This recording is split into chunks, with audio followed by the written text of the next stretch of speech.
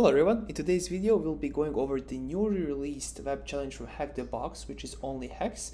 This web challenge is released only a couple hours ago and it's a special edition for the Valentine's Day, and with being released just a couple hours ago and retired at the same time makes us available to do walkthrough and overview of it right away. So without further ado, let's get started. I already started the instance for it and added to the scope of burp, so we are filtering only necessary and relevant traffic via proxy and burp.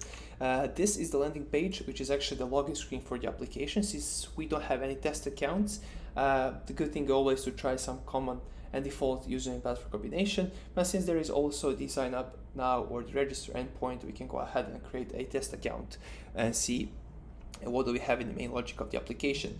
So here there is a couple interesting user inputs, such as the description, so to see how it's actually handling the special characters. There are also the username to see if we can create a username with special characters, which can be also problematic if the username is landing into some kind of SQL queries, or if it's actually being displayed without proper sanitization of the application, which might happen because this is a dating app.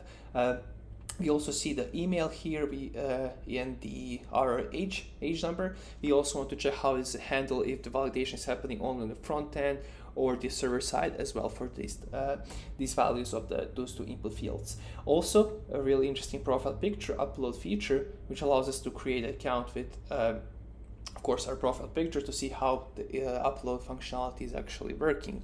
So before we do any of that, I just wanted to create a simple test account to see how these are coming to play when it comes to the application dashboard and where the main logic of the application is happening. So let's click register and register a sample account here. Let's give it a couple more seconds that we are redirected to the dashboard and see what's the most interesting of these input fields that we are creating, if any, of course. So here we can see the classic dating app. We can go ahead and test a couple of functionalities, such as the matches that we currently have. None of that. We have a dashboard, not a whole lot, so we can go ahead and click any of the profiles that we have for our matches, and then we can see here if we match with somebody, and we can see one match.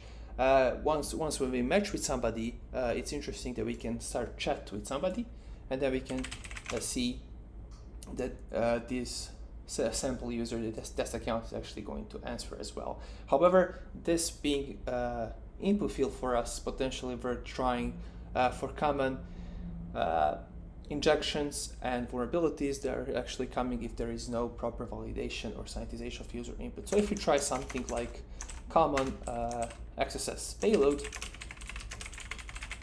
to see how the application handles it, we can see that we have the cross scripting here. With cross scripting here and also the user on the other side of a chat, we can go ahead and potentially hijack their session, steal their session cookies, and log in as that user. So let's go ahead and try that right away. For that, I will be using the burps collaborator coming from the professional version of burp, but we can use the webhook, any of the free tools that we can find out. So for that, I'm going to use the burps collaborator address, and I already have a payload here. So what we have here is the create new script, JavaScript, and then we have the new image tag with the source of our burp collaborator. I'm going to replace this one with a new one, and of course the index.php is just something coming from my notes, but the most important one is document a cookie that we are trying to access. So if we are about to open the console right now and then try to access our, let's see here, document a cookie, we can see that, just move this right out of the way, we can see that we have one cookie, which is a session cookie with our values. So what are we trying to do with this cross-scripting payload is to, when the user, because there is no sanitization of user input or the validation, once we send this message to the other user, we'll be able to hijack their session cookies and thus log in as that user. So let's go ahead and send this to the victim and see if we get any hits to the burps collaborator.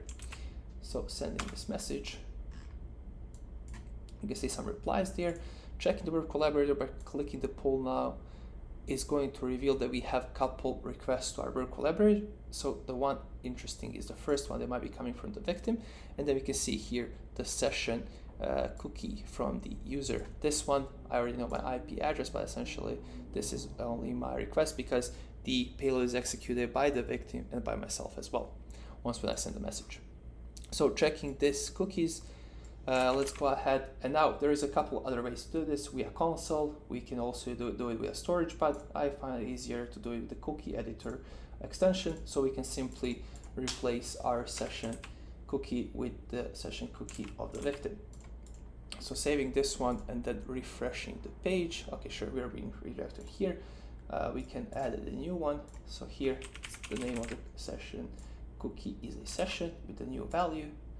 We can save it and then we can refresh the page. Nothing yet. So let's go ahead and try to navigate to the dashboard this way. Matches, and then here we go. Here is the flag coming from the other user, and we solved the challenge by successfully hijacking the session of the other user. I hope you like this video and enjoyed this one. I think it was really cool, fun, and in theme of the Valentine's Day. Thank you for watching.